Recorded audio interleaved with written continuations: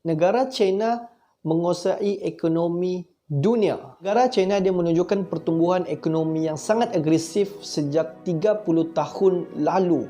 Jadi kuasa ekonomi yang terbesar di dunia dan sehingga kini nafsu China untuk menjadi sebuah negara berkuasa dari segi ekonomi dunia semakin memuncak. Mana Presiden China Xi Jinping dia menyatakan bahawa China akan memimpin dunia pada tahun 2050 dan sebab inilah sebenarnya Amerika Syarikat dan juga Eropah antara negara yang paling terkesan sekali apabila China memonopoli kuasa dunia. Jadi apa kesan kalau China memonopoli kuasa ekonomi dunia?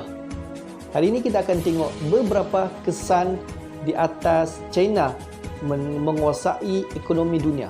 Yang pertama adalah kejatuhannya US dollar. Walaupun pada masa sekarang Amerika Syarikat merupakan pemegang ekonomi yang paling terbesar dan berkuasa di dunia, tetapi sebenarnya Amerika Syarikat sedang diasak dengan hebat oleh negara China. Kita tahu sebenarnya beberapa produk yang daripada China yang diekspor ke Amerika Syarikat telah dikenakan tarif cukai yang tinggi oleh Presiden Amerika sebelum ini, iaitu Presiden Trump. Dan selepas itu, China tidak lagi mengekspor beberapa produk ke Amerika Syarikat dan China telah memilih beberapa lokasi baru di Asia. Masa sekarang US dollar adalah mata wang yang sangat kukuh di dunia sebab semua dagangan yang dibuat di antara negara-negara di dunia masih menggunakan US dollar. China bertekad untuk menggantikan dagangan dunia menggunakan US dollar. Orang akan tukarkan penggunaan US dollar tu kepada mata wang China, yuan. Akan menjadikan mata wang China, yuan sebagai mata antarabangsa dunia. Kesan daripada kejatuhan dolar sebimbangnya akan menyebabkan Amerika Syarikat akan jatuh. Ekonomi dunia Amerika Syarikat pun akan jatuh. Kesan yang kedua adalah peningkatan kuasa di Asia. Sekian lama kuasa Eropah ataupun kuasa Amerika Syarikat semakin selesa berada di Asia. Tapi semakin lama kuasa mereka semakin merosot di Asia. Kalau kita perasan sebenarnya pada tahun 2000 lagi sebenarnya kuasa-kuasa Eropah di Asia ni semakin lama semakin berkurang. Dan kalau kita perasan sebenarnya sejak akhir-akhir ini beberapa kuasa-kuasa di Asia semakin tahun semakin mula menaik, semakin mula mencanak naik. India dan juga negara Indonesia merupakan dua negara yang paling terkesan.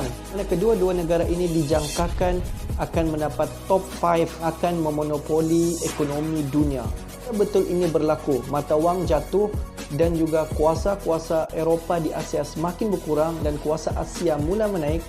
Kesan dia adalah gaji-gaji di Eropah akan mula berkurang. Sebelum ini kalau kita tahu gaji-gaji di Eropah memang tinggi. Tetapi kalau keadaan ini berlaku, gaji-gaji di Eropah dia semakin berkurang. Dan pada sebelum ini kehidupan mewah di Eropah, kemewahan itu akan hilang dan kemewahan itu akan beralih di Asia. Dan kesan yang ketiga adalah Jepun kehilangan kuasa Asia. Jepun antara negara Asia yang paling terkesan sekali apabila negara China memonopoli ekonomi dunia. Pada sebelum ini Jepun adalah tangga kedua antara negara yang memegang kuasa ekonomi dunia. Selama 45 tahun Jepun berada di sisi itu dan semenjak daripada tahun lepas China telah menggantikan posisi Jepun di mana China telah mendapat tangga kedua negara yang terbesar memegang ekonomi dunia.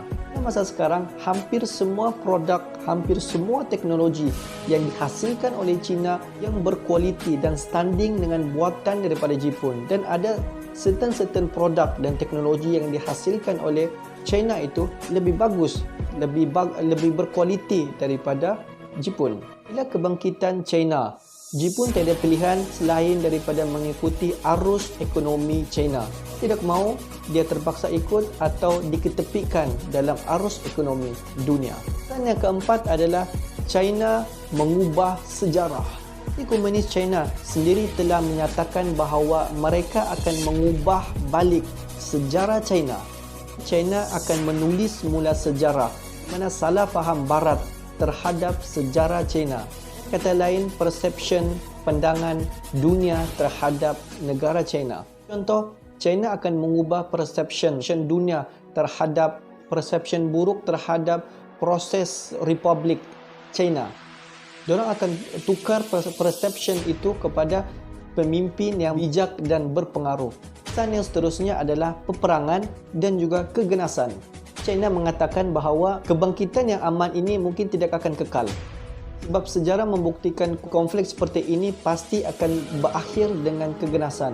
Beijing telah mula membina satu pasukan tentera yang bertaraf dunia, di mana ketenteraan yang dibina oleh Beijing bersiap sedia untuk menyerang dan juga untuk menang. Walaupun berdepan dengan musuh yang kuat iaitu Amerika Syarikat. Itu Beijing mensasarkan Taiwan untuk masuk ke wilayah Beijing. Beijing menegaskan bahawa kiranya Taiwan tidak kembali kepada Beijing.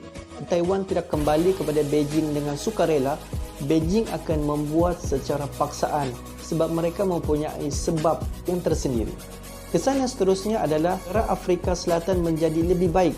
Semua kita berpendapat bahawa apabila China memonopoli kuasa ekonomi dunia, semua akan mendapat kesan yang buruk. Tetapi tidak pada negara Afrika Selatan. Menjelang tahun 2025, China menjangkakan jumlah pelaburan Afrika Selatan mencecah 4 trilion.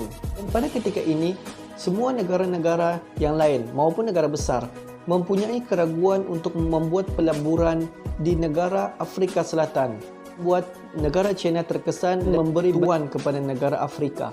Apabila negara China memberi bantuan kepada negara Afrika, ada agenda tersendiri di sebalik bantuan yang disalurkan ke negara Afrika. Mereka lebih mementingkan keuntungan berbanding dengan pelaburan.